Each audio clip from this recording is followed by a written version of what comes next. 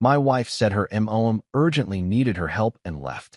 I decided to go there too, bringing her favorite cake without telling anyone in advance, but when I quietly walked into the apartment, I nearly fainted at the sight of. So here's the deal. My name is Marcus Bellamy, and I'm 40 years old, which means I'm old enough to know better, but apparently still young enough to be played like a damn fiddle. I'm married to Clara, and let me tell you something about my dear wife. She's got this supernatural ability to manufacture emergencies faster than a pharmaceutical company cranks out side effects. Seriously, if they gave out Olympic medals for last-minute catastrophes, Clara would have more gold than Fort Knox. That particular Tuesday night started like any other evening in the Bellamy household. I'm talking your standard suburban American dream scenario here. Me on the couch, remote in one hand, beer getting warm in the other, trying to decide between watching grown men chase a ball around or listening to some talking heads argue about politics like they're discussing the weather. You know, the usual existential crisis that hits every middle-aged guy around 7 p.m. I had just settled on a cooking show because apparently watching other people make food I'll never attempt is peak entertainment for guys like me. When Clara came barreling down the stairs like she was being chased by the IRS. Her hair was doing that thing where it looks like she stuck her finger in an electrical socket, and she had that wide-eyed look that usually meant either the house was on fire or she'd just remembered we had dinner plans with her parents. "Marcus!" she practically shrieked, and I swear the neighbors probably heard it 3 houses down. "I have to go, like, right now." Now, I've been married to this woman for 8 years, which in marriage years is like dog years. Multiply by 7, and you get the real emotional damage. So I knew this drill. I paused the TV, took a sip of my beer, and gave her my best concerned husband face, which I'd been perfecting since about year 2 of our matrimonial adventure. "What's wrong now, honey?" I asked, and I really tried to keep the sarcasm out of my voice. Really, I did.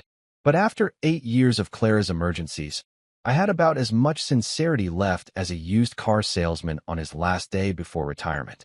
She was already grabbing her purse, her keys, and what looked like half the contents of our junk drawer. "It's Mom," she gasped, like she was delivering news that would change the course of human history. She collapsed. "I think it might be serious this time." This time. Those 2 little words should have been my first clue, but hindsight's 20/20, and I was apparently wearing beer goggles for my brain. See, Clara's mom had been collapsing with the regularity of a Swiss watch for the past 6 months. Heart palpitations, dizzy spells, mysterious chest pains that required immediate attention but somehow never warranted an actual trip to the emergency room. It was like she had a medical condition that could only be treated by Clara's physical presence and apparently lasted exactly long enough for a nice long visit. I should mention that Clara's mom, Margaret, is about as fragile as a steel beam. This is a woman who once chased a burglar out of her house with nothing but a rolling pin and some choice words that would make a sailor blush. She survived 3 husbands, 2 heart attacks, and raising Clara, which honestly should qualify her for some kind of medical marvel status. But there I was, playing the role of the supportive husband, nodding along like one of those bobblehead dolls you see in the back windows of cars. "Oh no," I said, mustering up what I hoped was appropriate concern. "Is she okay? Do you need me to come with you?" Clara was already halfway to the door, moving with the kind of speed usually reserved for Black Friday shoppers or people trying to catch the last slice of pizza. No, you stay here and finish your dinner," she called back. And let me tell you, the woman was practically vibrating with urgency. "I'll call you when I know more." And then she was gone, disappearing into the night like some kind of emergency response superhero, leaving behind only the faint scent of her perfume and the sound of our front door slamming hard enough to rattle the windows. So there I sat, alone in my living room, holding my fork like some kind of dining utensil weapon, staring at my half-eaten meatloaf and mashed potatoes. The cooking show was still paused on the screen, frozen on some chef who looked way too excited about julienning carrots. The silence in the house was so thick you could have cut it with a knife and served it as an appetizer. Now, here's where I should probably mention that I'm not usually the suspicious type. I mean, I'm the kind of guy who believes people when they tell me they're 5 minutes away, even when I know damn well they haven't left their house yet. I still think professional wrestling might be real, and I once spent 20 minutes looking for my glasses while they were sitting on top of my head. Trust comes naturally to me, Probably because I'm either really optimistic or really stupid. The jury's still out on that one. But as I sat there in my suddenly too quiet house, chewing on meatloaf that had gone from warm comfort food to room temperature disappointment, something started nagging at me. Call it intuition, call it middle-aged wisdom, or call it the fact that I'd finally reached the age where my bullshit detector was starting to function properly. See, Clara's emergencies had developed a pattern. They always seemed to happen right around dinner time, always involved her mother, and always required her immediate and undivided attention for hours at a time. And here's the kicker. They never seemed to result in actual medical treatment, hospital visits, or even so much as a prescription for aspirin. I finished my dinner in the kind of silence that makes you hear every little sound. The hum of the refrigerator, the tick of the wall clock, the neighbor's dog barking at absolutely nothing. And as I sat there, I couldn't help but wonder if maybe, just maybe, Clara's emergencies were about as real as wrestling and about as urgent as my need to organize my sock drawer. But hey, what did I know? I was just the husband, left holding my dinner fork like a man abandoned on a battlefield, wondering if I'd married a saint or a world-class actress. So there I was, sitting in my kitchen the next morning, staring at my coffee like it might suddenly reveal the secrets of the universe, or at least explain why my wife's family seemed to have more medical emergencies than a season of Grey's Anatomy.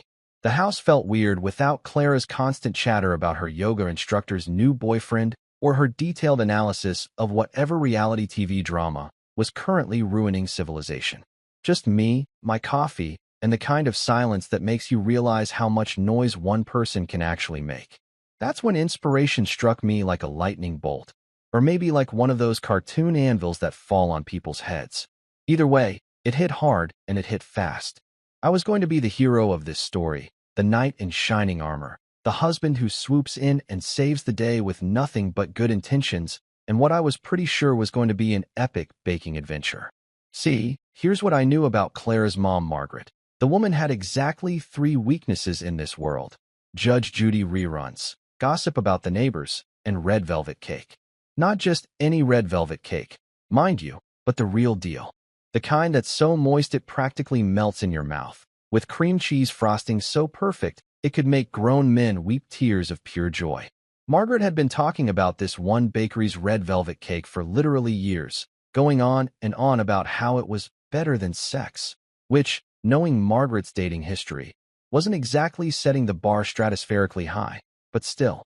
So naturally, my brilliant plan was to show up at Margaret's place with a homemade red velvet cake that would make her forget all about whatever medical crisis had supposedly struck her down. I'd be the thoughtful son-in-law, the caring husband who took initiative, the guy who actually gave a damn about his wife's family. Plus, Clara would be so impressed by my domestic prowess that she'd probably forget to complain about me leaving my socks on the bedroom floor for the next week or so.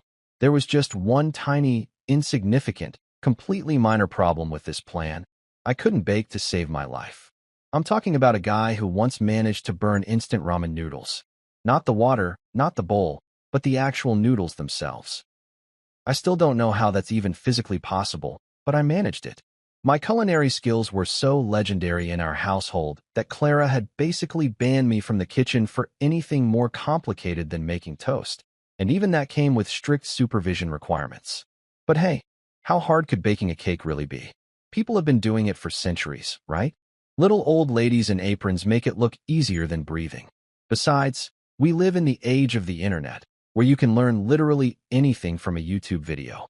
If some 12-year-old kid can teach me how to change a tire through a smartphone screen, surely I could figure out cake baking from the same technology. I fired up my laptop and dove into the rabbit hole of red velvet cake recipes with the determination of a man on a mission. And let me tell you, there are approximately 17 million different ways to make red velvet cake, and every single baker on the internet was absolutely convinced that their method was the only correct one, and everyone else was basically a culinary war criminal. After about 2 hours of research that felt like studying for the SATs all over again, I finally settled on what looked like the most foolproof recipe I could find. It came from some grandmother in Alabama who'd been making red velvet cakes since before electricity was invented, or at least that's what her bio claimed. Her recipe had 4.5 stars and comments like, "OMG, this is exactly like my Mima's," and I've been making this for 40 years, and it never fails. Perfect. If it was good enough for me, Ma, it was good enough for Marcus. I made a list of ingredients that looked like something you'd need to perform chemistry experiments, grabbed my keys, and headed to the grocery store like I was preparing for the apocalypse.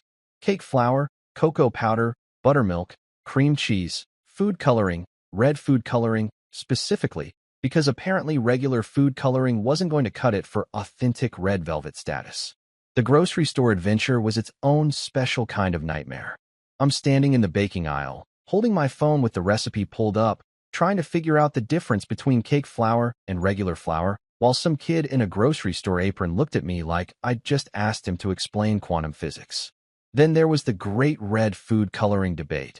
Liquid versus gel, natural versus artificial. And why did they make 17 different shades of red anyway? By the time I got home, I felt like I'd just completed some kind of domestic obstacle course. But I was committed now. This cake was happening, whether my kitchen survived the process or not. I cleared off every surface in the kitchen, laid out all my ingredients like a surgeon preparing for operation, and tied on one of Clara's frilly aprons because, hey, if you're going to do something, you might as well look the part, right? Even if that part was middle-aged man having a midlife crisis in his own kitchen. The recipe started simple enough. Cream the butter and sugar. Easy, right? Except apparently creaming doesn't just mean mixing things together like some kind of cake amateur. No, there's a whole science to it involving air incorporation and texture development and timing that would make NASA engineers jealous. My hand mixer sounded like it was having a mechanical breakdown. Butter was flying everywhere, and I was starting to understand why people went to culinary school for this stuff. But I pressed on like a champion, adding eggs one at a time, because apparently adding them all at once would cause some kind of baking apocalypse, alternating dry and wet ingredients in a pattern that felt more complicated than building IKEA furniture. The red food coloring turned everything the color of a crime scene, and I started to wonder if maybe I should have just bought a cake from the grocery store and pretended I made it. By the time I got the batter into the pans and the pans into the oven, my kitchen looked like a flour bomb had gone off in a food coloring factory. There was red-tinted batter on the counter, flour in my hair, and what appeared to be cream cheese fingerprints on every surface within a 3-foot radius. But you know what? When that timer went off and I pulled those cake layers out of the oven, they actually looked like real cake. Golden brown edges, springy to the touch, and they smelled like heaven wrapped in vanilla and cocoa. I felt like I'd just discovered fire or invented the wheel or something equally monumental. The frosting was another adventure entirely, but 2 hours later, I was standing in my disaster zone of a kitchen, looking at what was undeniably a real, honest-to-God red velvet cake. It wasn't perfect. One layer was slightly lopsided, and the frosting job looked like it had been done by someone wearing oven mitts. But it was mine, and it was beautiful. So there I was, driving through the suburban jungle of our neighborhood with my masterpiece sitting shotgun like the world's most precious cargo. I'd carefully placed my red velvet creation in one of those fancy cake carriers that Clara bought during her brief "I'm going to be a Pinterest mom" phase. You know, back when she thought she was going to start making elaborate birthday parties and homemade everything. That phase lasted about as long as a reality TV marriage. But hey, at least the cake carrier was getting some use now. I felt pretty damn good about myself, cruising down Maple Street with my windows down and some classic rock pumping through the speakers. Here I was, Marcus Bellamy, domestic god extraordinaire, about to swoop in and save the day with nothing but flour, sugar, and what I was convinced was pure genius. I'd even practiced my entrance speech in the bathroom mirror that morning. Surprise! I brought dessert and moral support, complete with the kind of confident smile that said, "Yeah, that's right. I'm the husband who shows up when it matters." Margaret lived in one of those senior apartment complexes that tries really hard to not look like a senior apartment complex. You know the type. All beige brick and carefully maintained landscaping, with names like Sunset Manor or Golden Years Gardens that make it sound more like a vacation resort than a place where people go to complain about their arthritis and argue about the thermostat settings in the community room. As I pulled into the parking lot, I couldn't help but notice how quiet the place was. It was almost 7 p.m. on a Wednesday, which in senior citizen time is basically prime time for dinner and whatever medical drama was currently unfolding on TV. But the whole complex had this weird, hushed quality that made me think of libraries or funeral homes, places where people speak in whispers and tiptoe around like they're afraid of waking something up. Margaret's building was the second one from the left, and I knew her apartment was on the first floor because she'd complained approximately 17,000 times about the upstairs neighbors who apparently trained for the Olympics in their living room every night at exactly 10 p.m. I grabbed my cake and headed for the entrance, feeling like some kind of dessert-bearing superhero on a mission of mercy and marital excellence. The building's front door was one of those heavy glass things that requires a key card or a buzz-in system, but I'd been here enough times to know that the lock had been broken for about 6 months, and the building management was apparently waiting for the second coming of Christ before they'd actually fix it. So I just walked right in, because sometimes the universe makes things easy for you, even when you're about to discover it's really making things terrible for you. The hallway smelled like that weird combination of industrial carpet cleaner and whatever Mrs. Henderson in 2B was cooking, probably something involving way too much garlic and not nearly enough ventilation. The fluorescent lights made everything look like we were all extras in some low-budget medical drama, and my footsteps echoed off the walls like I was walking through a cave instead of a supposedly cheerful senior living facility. Margaret's apartment was 1C, and as I approached her door, I realized just how quiet it really was in there. No TV blaring Judge Judy reruns, no phone conversations about the neighbors' questionable landscaping choices, no sounds of General Margaret-ness that usually emanated from her living space, like some kind of senior citizen force field. For a woman who was supposedly in the middle of a medical emergency, things seemed awfully peaceful. But hey, maybe she was sleeping, right? Maybe Clara had gotten her all settled and comfortable, and they were just having a quiet evening of recovery and family bonding. Maybe I was about to walk into a heartwarming scene of mother-daughter care and support, where my surprise cake would be the perfect cherry on top of an already beautiful moment. I reached into my pocket and pulled out the spare key that Clara had given me about a year ago, just in case of emergencies. At the time, I'd thought it was sweet, a sign of trust between in-laws, a symbol of my acceptance into the family inner circle. Now, standing in that sterile hallway with my homemade cake and my rehearsed surprise speech, that key felt like a golden ticket to husband of the year status. I slid the key into the lock as quietly as possible, because the last thing I wanted to do was startle a recovering patient. The lock turned with barely a whisper, and I slowly pushed the door open, already imagining the look of surprise and gratitude that would spread across Clara's face when she saw me standing there like some kind of domestic knight in shining armor. The apartment was dimly lit, with just the soft glow from a table lamp in the living room and what looked like candlelight flickering from somewhere deeper in the apartment. Romantic lighting for a medical emergency? That seemed a little odd, but then again, maybe Clara was trying to create a calming atmosphere for her mother's recovery. My wife always was thoughtful about things like ambience and mood. It was one of the things I'd fallen in love with when we first started dating. I closed the door behind me as softly as possible and stood there for a moment, letting my eyes adjust to the low lighting. The apartment was incredibly quiet. No conversation, no TV, no sounds of medical distress or recovery. Just the kind of silence that made you suddenly aware of your own heartbeat and the way your breathing sounded unnaturally loud in your ears. "Clara," I called out softly, not wanting to wake Margaret if she was sleeping. "It's Marcus. I brought a surprise." No answer, just more of that heavy, expectant silence that was starting to feel less peaceful and more ominous. That's probably too strong a word, but something was definitely feeling off about the whole situation. Where was the typical Margaret chatter? Where were the sounds of Clara fussing around, making tea and fluffing pillows, and doing all those nurturing things that wives do when their mothers are having medical crises? I took a few steps into the apartment, holding my cake carrier like it was some kind of shield against whatever weirdness was happening here. The living room looked normal enough. Margaret's usual collection of doilies and family photos, her reading chair with the permanent but indent from 40 years of Judge Judy marathons, the coffee table covered in magazines that were probably older than some small countries. But there was something in the air, some kind of energy that felt more like anticipation than medical emergency. Like walking into a surprise party, except I was supposed to be the one doing the surprising. I followed the faint sound of what might have been whispered conversation toward the back of the apartment, my footsteps muffled by Margaret's ancient shag carpeting that was probably older than disco music. With each step, that weird feeling in my stomach got stronger, like my subconscious was trying to tell my conscious brain something important, but the message was getting lost in translation somewhere between my gut and my skull. Looking back now, I realized that was the exact moment when everything I thought I knew about my life was about to change forever. But at the time, I was just a guy with a cake, trying to be a good husband, completely unprepared for what I was about to walk into. Well, holy shit. There's really no other way to put it, folks.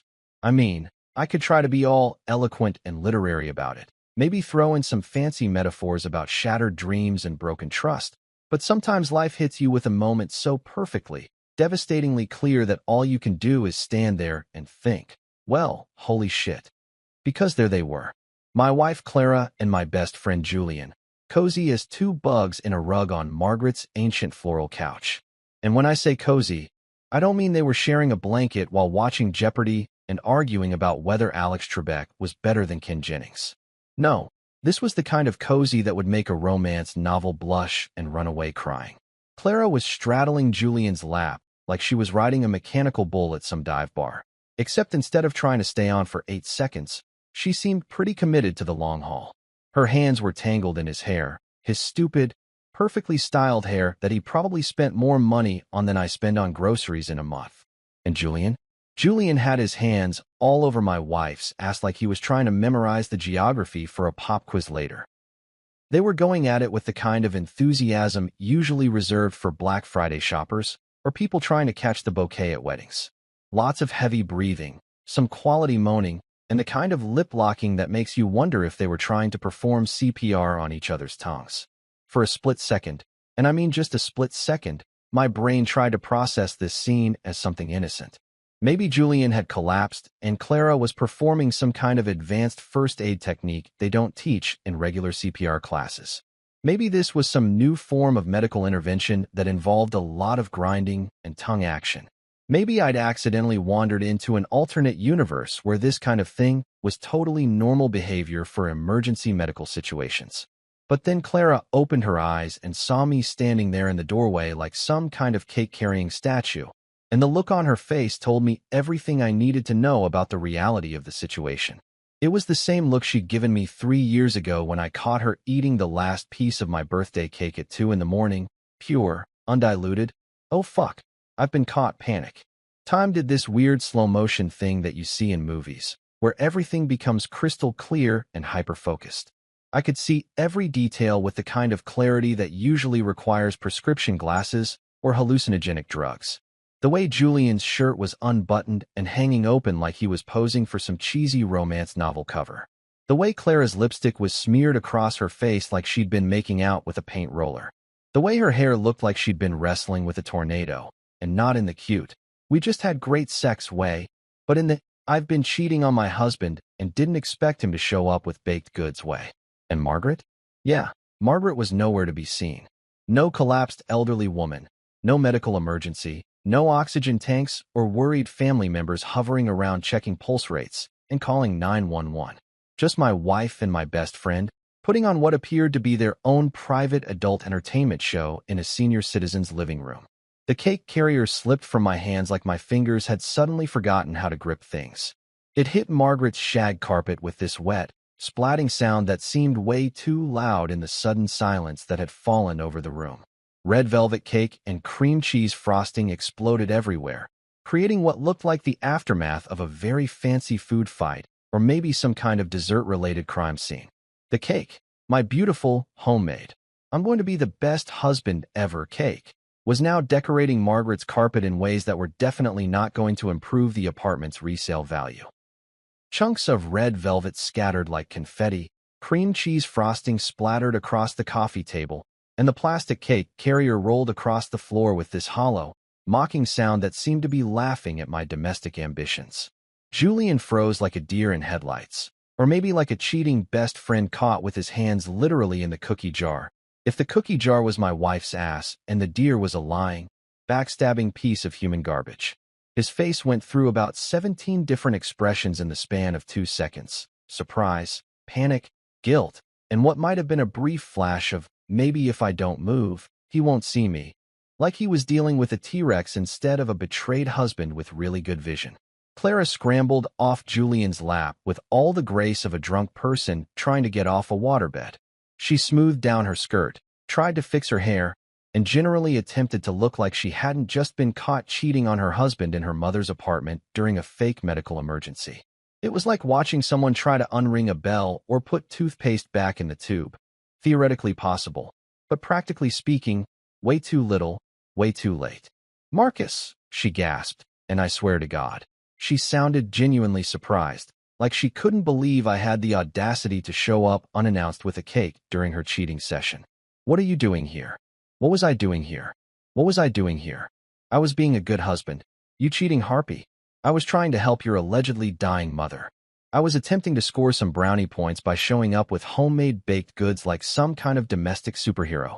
But all I could do was stand there, staring at them like my brain had temporarily short-circuited. Which, to be fair, it kind of had. This was the kind of moment that makes you question everything you thought you knew about your life, your marriage, and your ability to read people. I mean, I'd been worried that Clara's emergencies were getting a little too frequent, but I'd been thinking more along the lines of maybe her mom is becoming a hypochondriac. Not, maybe my wife is using fake family crises to cover up her affair with my best friend. Julian finally found his voice, though it came out about 3 octaves higher than normal, like he'd been breathing helium or getting kicked in the balls. "Marcus, hey man, this isn't."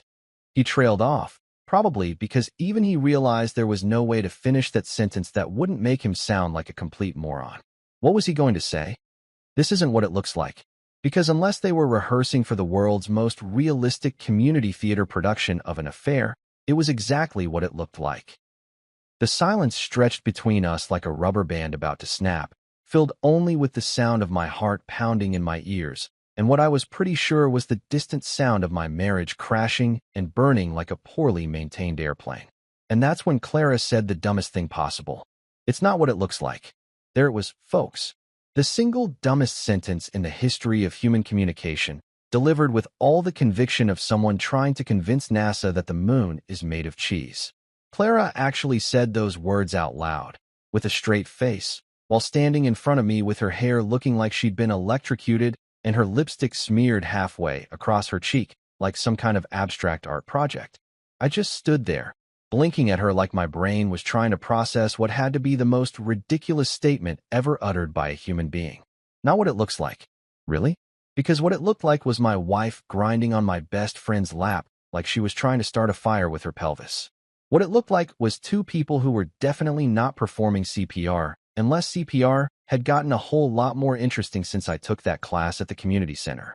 "Clara," I said, and my voice sounded weirdly calm, like I was commenting on the weather instead of addressing my wife's Olympic-level adultery. "Unless you two were practicing for some kind of really inappropriate medical training seminar, it's exactly what it looks like." But Clara, bless her cheating little heart, was just getting started. She smoothed down her skirt again, a nervous habit that usually meant she was about to unleash a hurricane of bullshit, and looked at me with those big brown eyes that used to make me forget my own name, but now just made me want to laugh at the sheer audacity of it all. "Marcus, you don't understand," she said, and I swear she actually wrung her hands like some Victorian maiden in distress.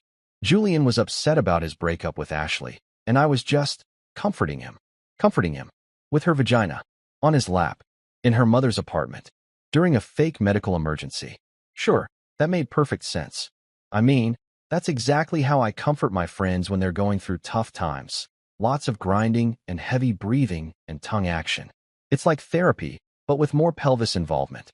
Julian, meanwhile, was trying to button his shirt back up with the kind of urgency usually reserved for people trying to defuse bombs or escape burning buildings. His hands were shaking so bad, he looked like he was trying to thread a needle during an earthquake, and he kept shooting these panicked looks between me and Clara like he was watching a tennis match played with hand grenades. "Dude," he said, and his voice cracked like he was going through puberty all over again. "I can explain everything." Oh, this I had to hear. Julian's explanations were usually about as believable as wrestling storylines and twice as entertaining.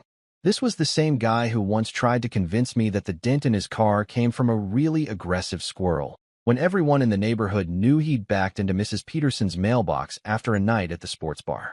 Please, I said, and I actually sat down in Margaret's recliner because I figured this was going to be good. Explain away. I'm all ears. Julian ran his hands through his perfectly styled hair. Seriously, the guy spent more on hair products than I spent on car insurance, and took a deep breath like he was about to deliver the Gettysburg Address instead of a load of grade-A horseshit. See, Ashley broke up with me last week. He started, and I could already tell this was going to be a masterpiece of creative fiction. And I've been really messed up about it, you know? Like, really emotional and stuff. So I called Clara because she's always been like a sister to me. A sister? I interrupted, because even I had my limits when it came to listening to ridiculous explanations. Dude, I don't know what kind of family you grew up in, but where I come from, siblings don't typically comfort each other by dry humping on couches. Clara jumped in like she was tag-teaming in some kind of excuse wrestling match. He was crying, she said, and she actually had the nerve to look earnest about it. He was so upset, and you know how I get when people are crying. I just wanted to help. Right. Because nothing says emotional support like straddling someone and playing tonsil hockey. I was starting to wonder if I'd married a complete sociopath or if she just thought I was the dumbest human being who ever drew breath. And the fake emergency with your mom? I asked, because I figured as long as we were in full confession mode, we might as well go for the gold medal in the bullshit Olympics. Where does that fit into this touching story of platonic comfort? Clara's face went through this amazing series of expressions: guilt, panic, more guilt, a flash of anger, and then what looked like resignation mixed with desperation. It was like watching someone's entire emotional range compressed into a 5-second highlight reel. I didn't want you to worry, she said, and even she seemed to realize how pathetic that sounded. I knew if I told you I was coming over to help Julian with his emotional problems, you'd want to come with me, and he really needed some one-on-one support. One-on-one support. Is that what we were calling it now? I had to hand it to her. Clara had a real gift for creative euphemisms. I wondered what other activities she'd been rebranding in our marriage. Was working late actually having dinner with my secret boyfriend? Was girls' night out really comparing notes with other cheating wives? Julian was nodding along like one of those bobblehead dogs in car windows, apparently thinking that enthusiastic agreement would somehow make this story more believable. That's right, man. I really needed someone to talk to, and Clara's always been such a good listener. A good listener, who listens with her entire body, apparently. I was starting to think these two had missed their calling as creative writers, because the level of imagination they were displaying was truly impressive. So let me get this straight, I said, leaning back in Margaret's chair like I was settling in for a really good movie. Julian's girlfriend breaks up with him, so he calls my wife for emotional support. My wife lies to me about a family emergency, so she can come over and provide this support, which apparently involves a lot of physical contact and mouth-to-mouth contact that definitely wasn't CPR. And I'm supposed to believe that what I walked in on was just two friends having a heart-to-heart about relationship problems. They both nodded like synchronized swimmers, and I had to admire their commitment to this ridiculous story. I mean, they were really going for it, selling this load of crap like their lives depended on it. The thing is, I wasn't even mad anymore. I was past mad and into some weird zone of fascinated disbelief, like I was watching a nature documentary about the mating habits of pathological liars. This was so far beyond insulting my intelligence that it had actually circled back around to being kind of impressive in its sheer audacity. So I left them there in Margaret's apartment, still trying to explain away what was probably the least convincing performance since that time my nephew tried to convince everyone that the dog ate his homework, when we could literally see the Xbox controller in his hand. I didn't say another word, didn't throw any punches, didn't even bother to clean up my cake massacre from the carpet.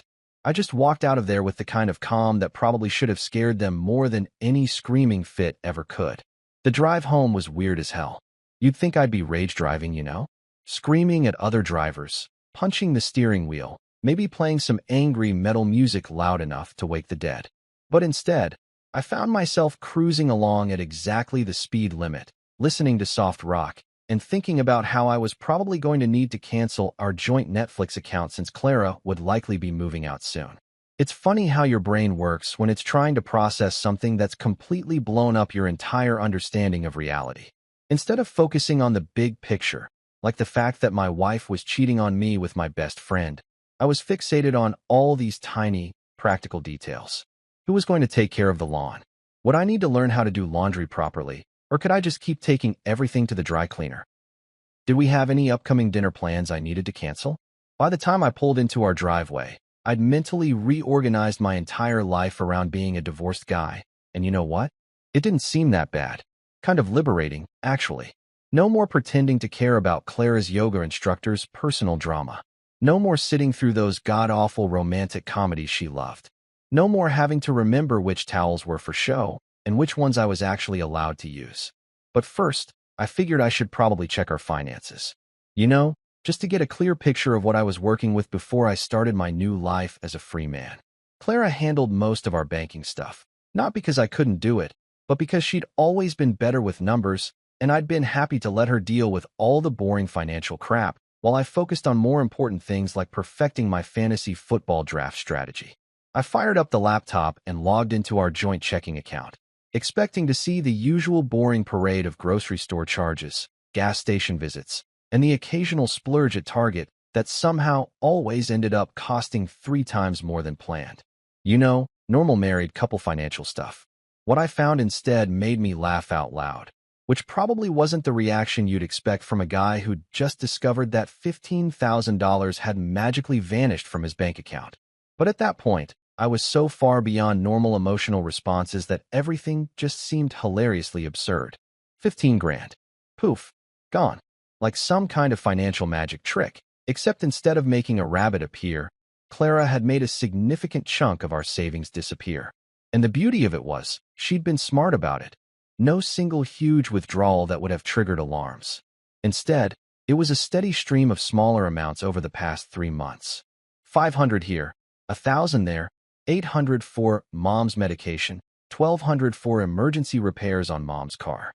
I scrolled through the transaction history like I was reading some kind of financial thriller novel. There were charges to restaurants I'd never heard of, shopping trips that must have happened while I was at work, and my personal favorite, a $2,000 charge to something called JL Enterprises with a notation that said, loan to family friend. JL Enterprises. Julian's initials. How perfectly fucking subtle. I grabbed a beer from the fridge and settled in for what was turning out to be the most educational evening of my entire marriage. Because Clara, bless her cheating heart, had apparently been documenting her affair in our bank statements like some kind of financial diary. There were hotel charges from last month when she'd supposedly been visiting her sick aunt in Springfield. Dinner charges for 2 at fancy restaurants during times when she'd told me she was working late. Even a charge to Victoria's Secret that was definitely not for anything I'd ever seen her wear. The more I dug into our financial records, the clearer the picture became. Clara hadn't just been cheating on me. She'd been funding her entire double life with our joint savings. She was basically running a small business, and the business was screwing around behind my husband's back while spending his money to do it. But here's the thing that really got me. She'd been so careful to cover her tracks everywhere except the one place that mattered most. She'd deleted text messages, cleared her browser history, probably had some elaborate story ready for every single lie she'd told me. But she'd completely forgotten that we shared a bank account, and I could see every single transaction she'd ever made. It was like she'd planned the perfect crime and then left a signed confession on the kitchen table. I called the bank's customer service line because I figured I should probably understand exactly what my legal options were before Clara came home, and tried to gaslight me into believing that $15,000 had just evaporated due to some kind of banking error. The customer service rep was this cheerful woman named Brenda, who probably dealt with suspicious spouses calling about mysterious charges about 17 times a day. She walked me through every transaction, confirmed that yes, these were all legitimate withdrawals made with Clara's debit card, and helpfully pointed out that since it was a joint account, Clara had every legal right to withdraw whatever she wanted. However, Brenda said, and I could hear the sympathy in her voice, if you're concerned about unauthorized use of joint funds, you might want to speak with a lawyer about your options. A lawyer. Right. Because apparently my Wednesday evening was going to involve not just discovering my wife's affair, but also getting legal advice about how to protect myself from further financial infidelity. I thanked Brenda for her help and hung up, then sat there staring at our bank statement like it might suddenly rearrange itself into something less devastating. But the numbers didn't change, and neither did the reality of what they represented. Clara hadn't just betrayed me emotionally. She'd been systematically stealing from our future together to fund her relationship with Julian. Every romantic dinner they'd shared, every hotel room they'd booked, every gift she'd probably bought him, it had all come out of money that was supposed to be ours. Money we'd saved for our anniversary trip to Europe. Money we'd been putting aside for the down payment on a better house. Money that represented years of me working overtime and skipping lunches and generally being a responsible adult while my wife was out playing house with my best friend. By the time I finished going through all the statements, I'd found evidence of spending that went back almost 6 months. 6 months of lies, 6 months of fake emergencies, 6 months of me being the world's biggest chump while Clara lived her best life on my dime. You know what? I'd always thought those guys who hired private investigators to follow their cheating spouses were kind of pathetic. Like, if you don't trust your partner enough to need photographic evidence of their betrayal, maybe you should just get divorced and save everyone the trouble, right? But sitting there in my living room at 11 p.m., staring at bank statements that told a story I really didn't want to read, I suddenly understood the appeal of professional snooping. The thing is, hiring a PI costs money, and considering Clara had already made our bank account disappear faster than a magician's assistant, I wasn't exactly in a position to drop another few grand on surveillance photos of my wife's extracurricular activities. Plus, let's be honest, how hard could detective work really be? I watch enough cop shows to know the basics. Follow the suspect, document their activities, try not to get caught, and always wear a hat for some reason that's never really explained. So I decided to become Marcus Bellamy, Private Eye. It had a nice ring to it, like I was the protagonist in some noir novel instead of just a middle-aged guy whose wife was apparently funding her boyfriend's lifestyle with our retirement money. The first thing I did was gather what evidence I already had. The bank statements were pretty damning. 15 grand in mysterious withdrawals that coincided perfectly with Clara's family emergency schedule. Then there were all those nights she'd come home late, smelling like cologne that definitely wasn't mine, and looking like she'd spent the evening doing something more strenuous than visiting sick relatives. I started making a list, because that's what detectives do in movies. They make lists and pin things to walls with red string like they're trying to solve the Kennedy assassination. My list was pretty depressing. Fake emergencies, missing money, suspicious late nights, and that one time last month when she'd gotten a text message at dinner that made her smile in a way she hadn't smiled at me in probably 2 years. But I needed more than circumstantial evidence and suspicious behavior patterns. I needed the smoking gun, the undeniable proof that would hold up in divorce court and justify my inevitable transformation from husband to guy who has to split everything 50-50 with the woman who cheated on him. So I did what any rational, mature adult would do in this situation. I started stalking my own wife. The next morning, I called in sick to work, which wasn't even really lying, because discovering your spouse's infidelity definitely qualifies as some kind of illness, right? Like emotional food poisoning or matrimonial flu. Then I sat in my car across the street from our house, wearing sunglasses and a baseball cap like I was going undercover in suburbia. Clara left the house at exactly 9:15, same as always, supposedly heading to her job at the marketing firm downtown. I followed her at what I thought was a discreet distance, which probably made me look like every stereotypical suspicious husband in every bad movie ever made. I kept expecting her to notice me in her rearview mirror, but apparently Clara was either completely oblivious or I was better at this detective thing than I thought. She didn't go to work. Of course she didn't go to work. Instead, she drove straight to the Starbucks on 5th Street, where she met up with Julian like they were conducting some kind of caffeinated crime syndicate meeting. I parked across the street and watched them through my windshield, feeling like the world's most pathetic voyeur.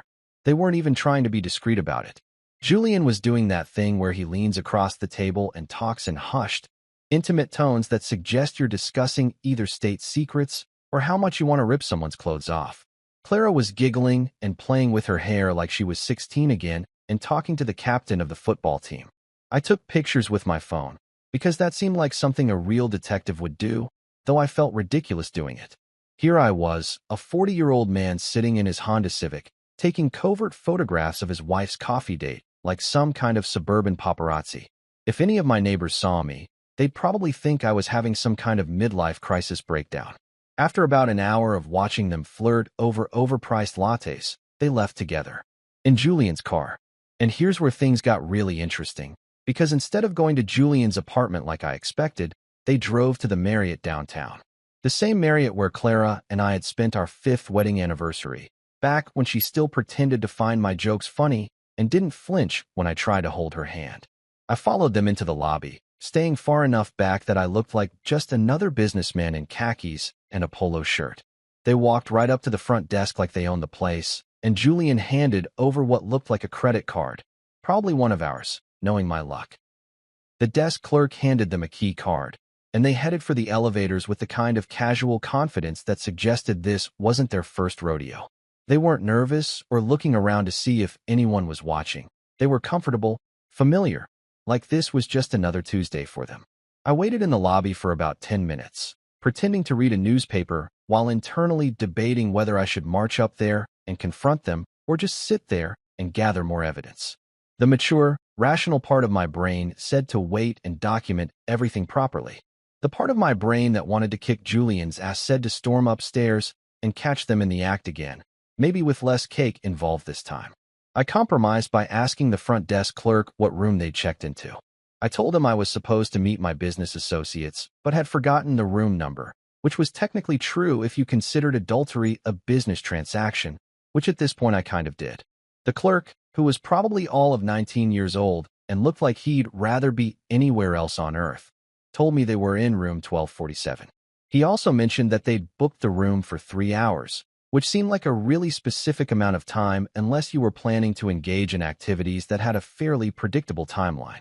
I spent the next 2.5 hours sitting in that hotel lobby, drinking overpriced coffee and watching business people come and go while my wife was upstairs having what I assumed was really great sex with my former best friend. It was probably the most surreal experience of my entire life, like being an extra in my own personal tragedy, except the tragedy was also a really bad daytime soap opera. Finally, around 2:30, they came back down in the elevator. Clara looked like she'd been through a wind tunnel, and Julian had that satisfied grin that guys get when they think they're getting away with something monumentally stupid. They were holding hands like teenagers, completely oblivious to the fact that the wronged husband was sitting 20 feet away pretending to be fascinated by the stock market section of USA Today. So after spending 3 hours in a hotel lobby watching my marriage dissolve in real time, I figured it was time to call on the professionals. And by professionals, I mean Tony Ricci, my lawyer friend who's about as subtle as a brick through a window and twice as effective at getting things done. Tony and I go way back to college, where he was the guy who could talk his way out of parking tickets, convince professors to extend deadlines, and somehow make academic probation sound like a strategic career move. Now he's a divorce attorney with an office downtown and a reputation for being the kind of lawyer who doesn't just win cases. He obliterates the opposition and then sends them a bill for the privilege of being destroyed. I called him from the hotel lobby while Clara and Julian were probably upstairs discussing their post-coital plans for spending more of my money. Tony Ricci, attorney at law, crusher of dreams, and destroyer of bad marriages, he answered, because Tony's never met a dramatic introduction he didn't like. It's Marcus, I said, trying to keep my voice low because the last thing I needed was the entire Marriott lobby knowing about my domestic problems. Marcus, my man, how's married life treating you? Still pretending Clara's cooking is edible. Actually, that's why I'm calling, I said. I need a lawyer. There was a pause, and I could practically hear Tony's lawyer's senses tingling through the phone. What kind of lawyer do you need, buddy? Because I handle divorce, criminal defense, and the occasional restraining order, but if you've gotten into tax trouble or patent law, you're going to need someone else. Divorce, I said, and the word felt weird coming out of my mouth, like I was speaking a foreign language or ordering something off a menu I'd never seen before. Oh, shit, Tony said, and his voice immediately shifted from casual friend mode to serious attorney mode. What happened? Did Clara finally snap and start throwing kitchen appliances at you? She's cheating on me, I said, and saying it out loud made it feel more real somehow. like it was officially true now that I'd spoken the words to another human being. With who? Julian. There was another pause, longer this time, and then Tony started laughing. Not the sympathetic, "I'm sorry for your loss" kind of laughing, but the deep, belly shaking. "This is the funniest thing I've heard all week" kind of laughing. "Julian," he gasped between fits of laughter. "Julian Morrison? Your best man Julian? The guy who cried during your wedding speech, Julian? The same Julian who once asked me if it was legal to marry a really attractive houseplant." "That's the one," I said, feeling like I was the straight man in the world's most depressing comedy routine.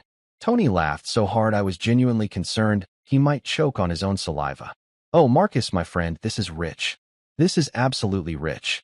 Your wife is cheating on you with a guy who still asks his mother to make his doctor's appointments.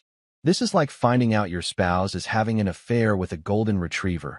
Insulting, ridiculous, and somehow even more pathetic than regular adultery." "Thanks for the support," I said dryly. No, don't get me wrong," Tony said, finally getting his laughter under control. "I'm not laughing at you. I'm laughing at the situation. This is comedy gold, Marcus. We're going to absolutely destroy them in court. Julian's about as sharp as a bowling ball and twice as dense. This is going to be like playing chess with a toddler." I filled Tony in on everything. The fake emergencies, the missing money, the hotel rendezvous, the whole sordid tale of suburban betrayal. He listened with the kind of professional attention that made me remember why he was one of the best divorce attorneys in the city, occasionally interrupting to ask for specific details or to make notes. "So let me get this straight," he said when I finished my story. "Clara's been faking family emergencies to cover up her affair.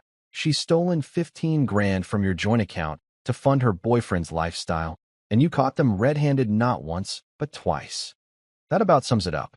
And you have bank records, photographs, and witness testimony." "I have bank records and photographs." "I'm not sure what you mean by witness testimony." "You're the witness, dummy. You saw them together. That's testimony." "Oh, right. Yeah, I guess I do have that." Tony was quiet for a moment, and I could hear him tapping his pen against his desk, which was his thinking noise from back in college. "Marcus, my friend, this isn't just a divorce case. This is a massacre waiting to happen.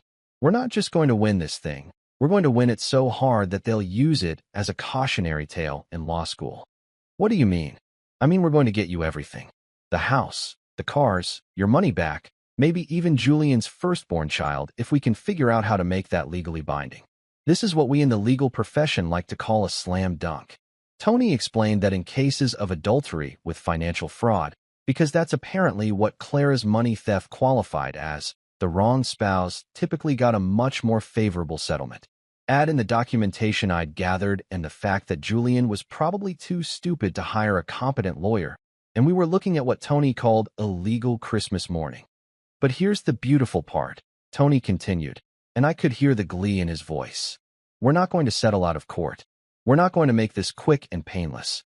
We're going to drag this out, make them sweat, and then we're going to humiliate them so thoroughly that they'll be too embarrassed to show their faces in this town ever again."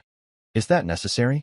I asked, because despite everything, I wasn't sure I wanted to completely destroy Clara and Julian. Mostly destroy them, maybe, but completely seemed a little harsh. "Marcus," Tony said, and his voice got serious again. "They stole your money, lied to your face, and made you look like an idiot. They deserve everything they're about to get. Besides, this is going to be fun. When's the last time you had fun?" I thought about it. When was the last time I'd had fun? Probably before I'd started wondering why my wife kept having family emergencies that required her to dress up like she was going to a nightclub. "You know what?" I said. "You're right. Let's destroy them." "That's my boy," Tony said. "Now, here's what we're going to do. First, we're going to freeze your joint accounts so Clara can't steal any more money. Then we're going to file papers and really ruin their day. And then, if you're feeling particularly vindictive, we're going to have some fun with this whole situation." "What kind of fun?" Tony's laugh was the kind of sound that probably made opposing attorneys wake up in cold sweats. "Let's just say that by the time we're done with them, Clara and Julian are going to wish they'd never met each other." 2 weeks after my enlightening conversation with Tony, Clara came home with what she probably thought was a brilliant idea. She waltzed through the front door with that fake cheerful energy she used when she was trying to manipulate me into doing something I didn't want to do, like attending her cousin's wedding where everyone would ask when we were having kids, or pretending to enjoy her book club meetings where middle-aged women discussed romance novels and complained about their husbands. "Marcus, honey," she said, and that should have been my first warning sign, because Clara only called me honey when she wanted something or when she was about to drop some kind of conversational bomb on me. I had a wonderful idea today. I looked up from my laptop, where I'd been reviewing the divorce papers Tony had drafted with the kind of attention usually reserved for religious texts or instruction manuals for nuclear weapons. "Oh yeah? What's that?" "I think we should have a family dinner this weekend," she said, practically bouncing on her toes like an excited kindergartner. "You know, invite both sets of parents, maybe your sister and her husband. It's been so long since we've all been together." Now, Clara suggesting a family dinner was about as likely as her suggesting we take up competitive lion taming or move to Antarctica. The woman who usually complained that my parents were too involved in our lives and who referred to family gatherings as social torture sessions was suddenly Martha Stewart with a side of family values. "That's unexpected," I said, trying to keep my voice neutral while my brain started working overtime to figure out what angle she was playing. "I just think it would be nice," she said, and she actually had the nerve to look sincere about it. "We've been so busy lately, and with everything that's been going on with Mom's health, I realized how important family really is." Mom's health, right. Because Clara's mother was definitely having health problems and not living it up in a retirement community in Arizona where her biggest medical concern was probably sunscreen application. But here's the thing. I knew exactly what Clara was trying to do. She was going for the perfect wife performance, trying to convince everyone that we were the ideal couple with the ideal marriage. She probably figured that if she could get both families together for a nice dinner, she could play the devoted spouse role so convincingly that no one would believe I was anything other than a paranoid husband having a midlife crisis. It was actually kind of brilliant, in a completely sociopathic way. Get everyone in one room, be charming and sweet, and everything a good wife should be, and then when I inevitably filed for divorce, everyone would think I was the problem. They'd all remember that lovely dinner where Clara was so thoughtful and caring, and they'd shake their heads sadly and say, "Poor Clara, we never saw this coming. Marcus must be having some kind of breakdown." But Clara had made one crucial mistake in her little scheme. She'd given me the perfect opportunity to control the narrative. Instead of me having to call everyone individually and explain why my marriage was ending, she'd gathered all the key players in one convenient location where I could tell my story to the whole audience at once. So I smiled at my cheating wife and said, "You know what? That sounds like a great idea. Let's do it." The relief on Clara's face was almost comical. She probably thought she'd just pulled off some kind of masterful manipulation, when really she'd just walked into the world's most elaborate trap. "Really? Oh, that's wonderful. I'll call everyone tonight and see if Saturday works." "Saturday sounds perfect," I said, and I meant it. By Saturday, Tony would have all our documentation ready, the bank accounts would be frozen, and I'd have everything I needed to turn Clara's little performance into the season finale of the Marcus Bellamy show. Saturday arrived with the kind of perfect autumn weather that makes you believe in God and seasonal depression remedies. Clara had been preparing for 3 days like she was hosting a state dinner instead of a family meal. She cleaned the house until it sparkled, bought enough food to feed a small army, and even put out the good china that we usually only used when her parents visited, and she wanted to impress them with our domestic sophistication. Everyone arrived within 15 minutes of each other. My parents, her parents, who'd flown in from Arizona specifically for this dinner, which should have been another red flag, my sister Karen and her husband Dave, and even Clara's brother Mike, who usually avoided family gatherings like they were plague vectors. Clara was in full performance mode, flitting around the house like some kind of domestic butterfly, making sure everyone had drinks, asking about everyone's lives, and generally being the kind of hostess that made you wonder if she'd been replaced by a Stepford wife. "Doesn't Clara look wonderful?" Her mother gushed to mine while they were in the kitchen pretending to help, but really just gossiping about the neighbors. "She's just glowing lately. Marriage really agrees with her." If by marriage she meant adultery, then sure, Clara was absolutely glowing with matrimonial bliss. Dinner was perfect, of course. Clara had made her famous pot roast, which was actually pretty famous in our family for being legitimately delicious. Everyone was laughing and talking and having the kind of wholesome family time that you see in commercials for life insurance or antidepressants. Clara kept shooting me these grateful looks across the table, probably thinking that her plan was working perfectly. She'd convinced everyone that we were the happiest couple since whoever the hell the happiest couple in history was supposed to be. But then, right after the main course and right before Clara was about to bring out the dessert that would probably cement her performance as wife of the year, I stood up and cleared my throat. "Before we have dessert," I said, and everyone looked at me with the kind of polite attention you give someone who's about to make a toast or announce that someone's pregnant, "I have a little presentation I'd like to share with everyone." Clara's face went from glowing hostess to confused wife in about 2 seconds. "Marcus, what are you doing?" "Just a little family update," I said, and I walked over to the living room where I'd set up my laptop connected to our big screen TV earlier that day. I put together a slideshow about what the Bellamy family has been up to lately. The first slide popped up on the screen, a bank statement showing our joint account balance 3 months ago versus our current balance. The difference was highlighted in bright red, along with a helpful arrow pointing to the missing $15,000. "As you can see," I said in my best presentation voice, "we've had some interesting financial developments in our household recently." The room went so quiet you could have heard a pin drop in the next county. Clara's face had gone from confused to panicked, and she was looking at the screen like it was about to explode. "Marcus," she said, and her voice had that warning tone that wives use when their husbands are about to embarrass them in public. "What are you doing?" "Just sharing some family news," I said, and I clicked to the next slide. The next slide was a real masterpiece, a photo I'd taken of Clara and Julian at the Starbucks, complete with timestamp and location data, because apparently my phone was more of a detective than I'd ever given it credit for. Julian was leaning across that little table like he was about to propose marriage, and Clara was doing that hair-twirling thing she used to do when we were dating, and she thought I was being charming. Here we see Clara providing emotional support to Julian Morrison during his recent breakup, I said, maintaining my best documentary narrator voice, while my father-in-law's wine glass stopped halfway to his mouth. As you can see, this type of support appears to be very hands-on. My mother made a little gasping sound, and Clara's brother Mike started choking on his dinner roll. Clara herself looked like she was about to either faint or murder me. I wasn't sure which would be more entertaining at this point. "Marcus, stop this right now," Clara hissed, but I was just getting warmed up. Click. Next slide. A photo of them walking into the Marriott, holding hands like a couple of teenagers who'd just discovered the concept of afternoon delight. And here's some documentation of Clara's innovative approach to grief counseling. I continued. Apparently, the Marriott downtown offers excellent facilities for emotional healing.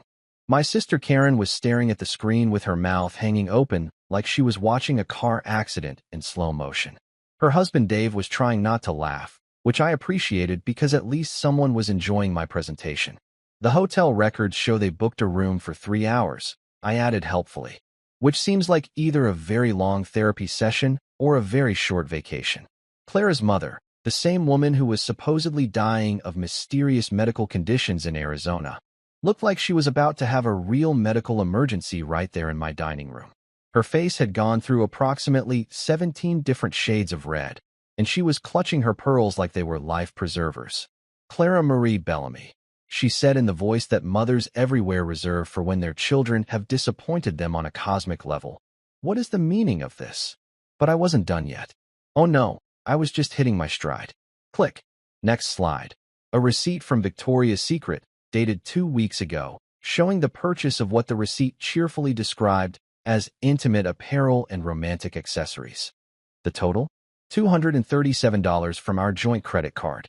"Now, I know what you're all thinking," I said, gesturing at the screen like I was giving a TED talk about the economics of adultery.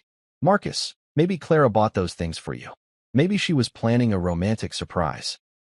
I clicked again, and the next slide showed a photo of Julian wearing what was unmistakably the men's silk boxers from that Victoria's Secret receipt. I'd gotten the photo by following them to his apartment and taking a long-distance shot through his bedroom window, which sounds creepy when I say it like that, but felt totally justified at the time. "Unfortunately," I continued, "the evidence suggests otherwise. Unless Clara was planning to surprise me by having Julian model lingerie, which would be a very different kind of marriage problem. My dad, who'd been sitting in stunned silence this entire time, suddenly started laughing.